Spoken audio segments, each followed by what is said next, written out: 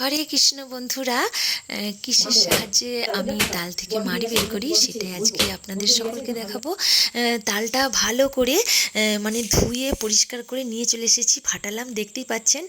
এবারে তালের ওপরে যে কালো যে অংশটা, মানে যে ছাল, এটাকে কি বলে আমি জানি না, সেটাকে খুব সুন্দর করে একদম বের করে ফেলে দেবো পরিষ্কার করে।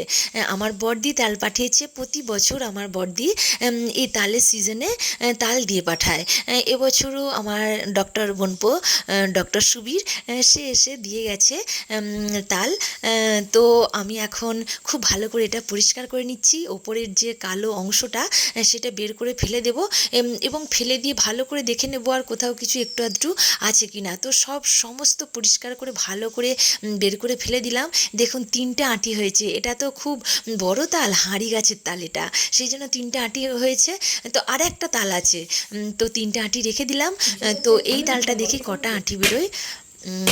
তো এখন ফাটানো চলছে, এই যে ফাটানো হয়ে গেল।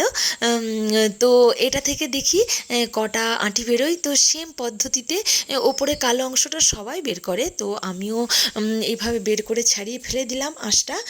তো খুব ভালো করে পরিষ্কার করে আমি পুরোটাই দেখালাম, একটু স্পিডে দেখিয়েছি কিন্তু পুরোটাই দেখালাম।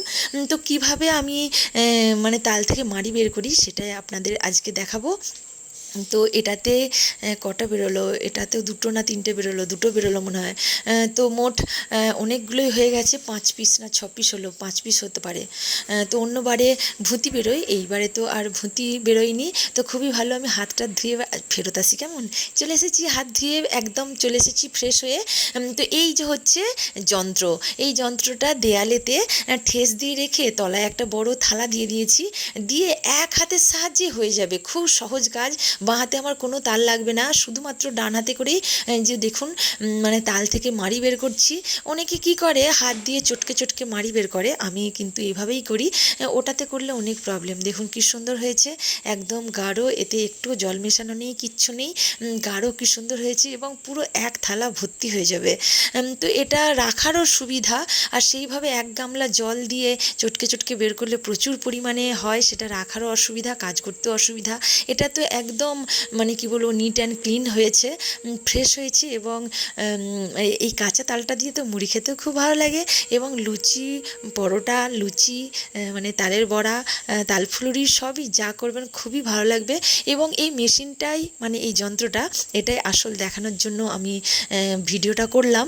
তো আমি ফেসবুকে প্রচুর মানুষকে দেখি যে 1 গামলা জল দিয়ে একটা আঁটি নিয়ে চটকে চটকে মাড়ি বের করছে।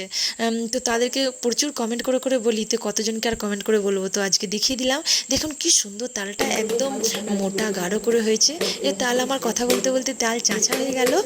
তো একটু আমি যে এরকম ঠুকে নিচ্ছি, নিলে নিচের দিকে যেটা থাকবে ঝরে পড়ে যাবে। দেখুন হাতে কোথাও লাগেনি কিচ্ছু, শুধুমাত্র ডান হাতটা একটু লেগেছে, বাঁ হাতটা আমার পরিষ্কার ফ্রেশ আছে। কত সুন্দর হয়েছে একটু দেখে নিন, একদম মানে কোনো জল নেই, কিচ্ছু নেই, একদম কি সুন্দর। এটা কাঁচাও মুড়ি দিয়ে খাওয়া যায়, মানে যাবে আর কি, কি সুন্দর হয়েছে দেখুন। তো এই যে আমার হাঁড়ি গাছের তাল, মানে আমার নয়, আমার দিদির হাঁড়ি গাছের তাল, প্রথমে দেখানো হয়নি, তো শেষে দেখিয়ে দিলাম। বোনপো এসে দিয়ে গেছে এবং খুবই মিষ্টি হবে, দেখেই বুঝতে পারছেন। আপনারাও এই পদ্ধতিতে করবেন, কেমন? হরে